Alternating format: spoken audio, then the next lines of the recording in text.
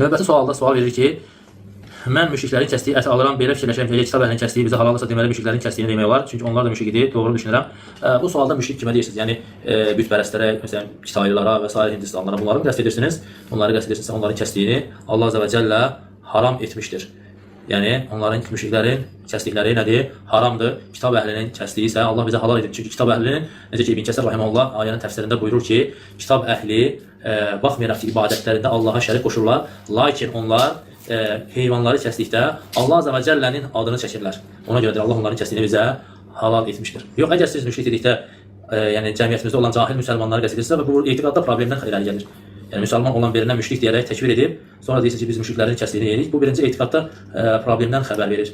Yəni birinci onlara müşrik demək üçün insan onu isbat etməlidir. Bəli, hər bir insan özünü İslam'a nisbət edirsə və şirkə düşərsə, necə ki Əhlüsünnə alimləri buyurur ki, bir insanın İslamın yəqinliklə sabit olarsa, o yalnız yəqinliklə çıxar.